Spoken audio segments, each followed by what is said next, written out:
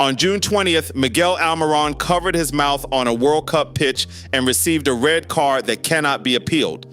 Within days, a journalist lost credentials for calling FIFA thieves. Iran flew 5 hours to travel 127 miles, and a goal millions watched was erased by invisible data. 4 teams are now openly defying FIFA, and the biggest tournament in history is unraveling while it's still being played. A year before the tournament, football's lawmakers gathered behind closed doors to rewrite the boundaries of on-field behavior. The International Football Association Board, or IFAB, voted unanimously for a measure that would make headlines worldwide. Any player who covers their mouth while arguing would receive an automatic red card. The push came after a storm of controversy in 2025 when Benfica's Gianluca Prestiani was accused of hiding a racial slur behind his hand.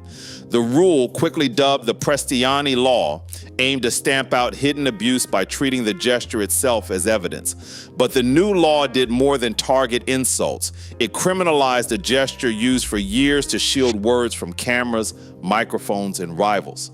In a move that stunned veteran referees and players alike, the World Cup adopted the rule before it had ever been tested at this level. The most severe clause, a red card for mouth covering, could not be appealed, no matter the circumstances. One gesture, one decision, no second chances. The question now hovered over the tournament. Was this protecting the game or putting it on edge?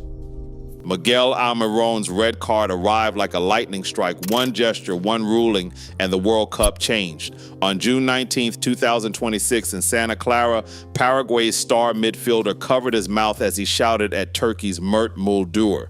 Salvadoran referee Ivan Barton didn't hesitate. After a brief check with VAR, he reached into his pocket and produced the tournament's first ever red card for mouth covering. The crowd's confusion turned quickly to outrage. Almiron's only crime was shielding his words, a habit players had relied on for years. But under the new law, intent didn't matter. The gesture alone was enough to end his game and sideline him for Paraguay's must-win clash against Australia. For Paraguay, the timing couldn't have been worse. With their campaign hanging by a thread, they lost their creative engine to a rule that punished not violence or abuse, but a split-second reaction. The decision left coaches, fans, and pundits asking if FIFA had gone too far. Had the effort to police language just rewritten the rules of competition itself? Jorge Chipi Vera's voice cut through the uproar, live on air as the world watched Paraguay's fate sealed by a single gesture. He called FIFA President Gianni Infantino and the referee thieves and accused them of killing football. Within hours, FIFA stripped Vera of his World Cup credentials. The message was unmistakable. Criticism would be punished just as swiftly as dissent on the pitch. Vera, a familiar face in Paraguayan media, became the public face of outrage, a journalist targeted not for breaking rules, but for breaking silence. The Paraguayan Federation, already furious over Almiron's red card, now found itself at war with FIFA over freedom of expression. What began as a sporting grievance had spilled into a fight over who controls the story of the World Cup. For Paraguay, the crisis was no longer just about a player's dismissal. It was about whether anyone could question the system without facing consequences. Iran's World Cup began not with a whistle, but with a border crossing. Days before kickoff, U.S. authorities revoked the team's access to its planned base in Tucson, Arizona, forcing a scramble across the border to Tijuana, Mexico.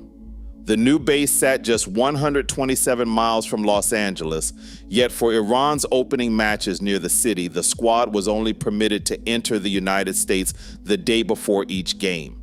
Each journey became a marathon of security and immigration checks. Mehdi Taremi, the team's captain, described a 5-hour ordeal for a flight that should have lasted less than half an hour.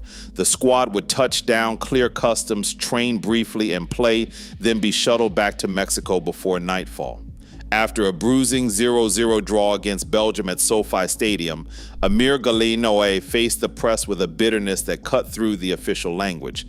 He called his players the most oppressed team in the whole World Cup. The next match came with less than 24 hours rest before a noon kickoff, an impossible turnaround for any elite athlete. Only for their final group game in Seattle did U.S. authorities relax the rules, granting a 2-day entry. For Iran, this was not a gesture of welcome, but a reluctant concession after days of protest. The team's complaints were never just about logistics. They were about fairness, about a tournament that promised a level playing field and delivered a patchwork of borders, restrictions, and exceptions. In every public statement, Taremi and Galanowi's words echoed a deeper accusation that FIFA was failing to protect every team equally.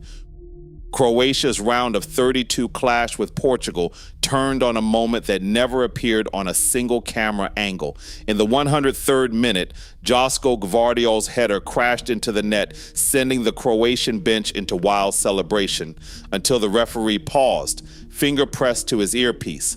The verdict came not from human eyes, but from the Adidas Trianda ball itself. Deep inside the match ball, a sensor had recorded a split-second touch by Igor Matanovic, one so slight that even the slowest replays failed to reveal it. That invisible contact, detected only by the ball's microchip, reset the offside line and erased Croatia's equalizer. The stadium's roar faded into confusion. Millions watching could not find the evidence they were told to trust. FIFA released a digital readout as proof, but the screen showed only a spike on a graph. No image, no clear moment of contact. Garry Kasparov, the former world chess champion and now a leading critic of sports technology, called the decision a victory for invisible data over common sense. He warned, if we can't see the evidence, why should we trust the verdict? The controversy was no longer about a single goal. It was about whether a World Cup could be decided by technology that even experts struggled to interpret. With every official defending the censor's authority, the crowd's faith in the game's fairness began to slip. The line between reality and data had blurred, and for Croatia, belief in the system was the first casualty. June 29th in Foxborough delivered the kind of drama that leaves a scar. Germany, 4-time world champions, found themselves locked 1-1 with Paraguay deep into extra time. The moment that changed everything came in the 113th minute. Jonathan Tah rose above the defense and powered a header past Orlando Gill. For a heartbeat, it looked like Germany had broken through. But as Tah wheeled away, the referee paused. VAR flagged a foul.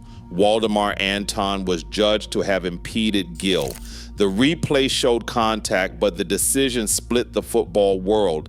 Alan Shearer called it a travesty. Peter Schmeichel said, "You cannot disallow a goal for that." The goal came off the board. Germany's bench erupted in disbelief. The match limped to penalties, tension tightening with every kick. When the moment fell to Tah, the same man at the center of the storm, he sent his shot over the bar.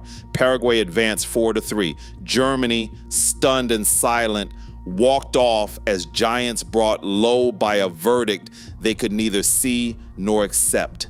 The outcry was instant, on screens, in headlines across every corner of the sport. A single ruling, and the World Cup's sense of order tilted again. The expanded 48-team format has created a new kind of opponent, one that never steps onto the pitch. Teams now face journeys that stretch across 3 countries and up to 3 time zones in less than a week. In 2026, squads found themselves fighting not just rivals, but fatigue, jet lag, and changing climates. South Korea's team doctor issued a blunt warning. Players were showing signs of exhaustion that could not be fixed by training or tactics alone. Unlike single-host tournaments, recovery time became a rare commodity. Every cross-country flight ate into rest and preparation, turning the schedule itself into a test of survival. When the format forces teams to operate on the edge, the smallest refereeing decision or technological call feels even heavier because every error lands on athletes already pushed to their limits. FIFA's overhaul of the video review system was supposed to clarify the biggest calls. Instead, it has delivered a new kind of confusion. The 2026 protocol handed more power to referees on the field, letting them decide whether to follow the VAR booth's advice or stick with their own judgment. In extra time between Belgium and Senegal, a disputed penalty for Belgium arrived after a 7-minute review, 7 minutes of cameras and debate, ending with a spot kick that left Senegal furious. Yet in another match, England's Harry Kane was upended by a goalkeeper, and VAR stayed silent. No review, no explanation, no penalty. Players and pundits now watch the same stakes judged by different standards, as if each match is governed by its own unwritten rules. The system no longer just debates outcomes, it risks erasing trust in the very process, turning every whistle into another open question. The financial engine behind the 2026 World Cup is staggering, projected at $11 billion, a figure that dwarfs every previous tournament. For most federations, advancing a single round means the difference between scraping by and securing youth academies or stadium repairs for years. That's why Paraguay filed a formal protest, and Iran submitted an official complaint to FIFA, each fighting not just for pride, but for the future of their national game. Referee associations from 3 continents condemned the officiating climate, calling it the most coordinated anti-officiating pushback FIFA has faced mid-tournament. The backlash is no longer scattered outrage. It is a direct challenge to FIFA's authority. The question now is simple. Can FIFA still govern a World Cup of this scale without breaking trust in the process itself? Right now, the World Cup stands at a crossroads.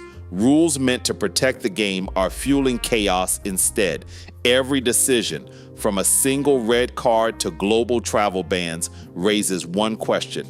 Can football's biggest stage survive its own rulebook? This story is still being written. Share your thoughts below.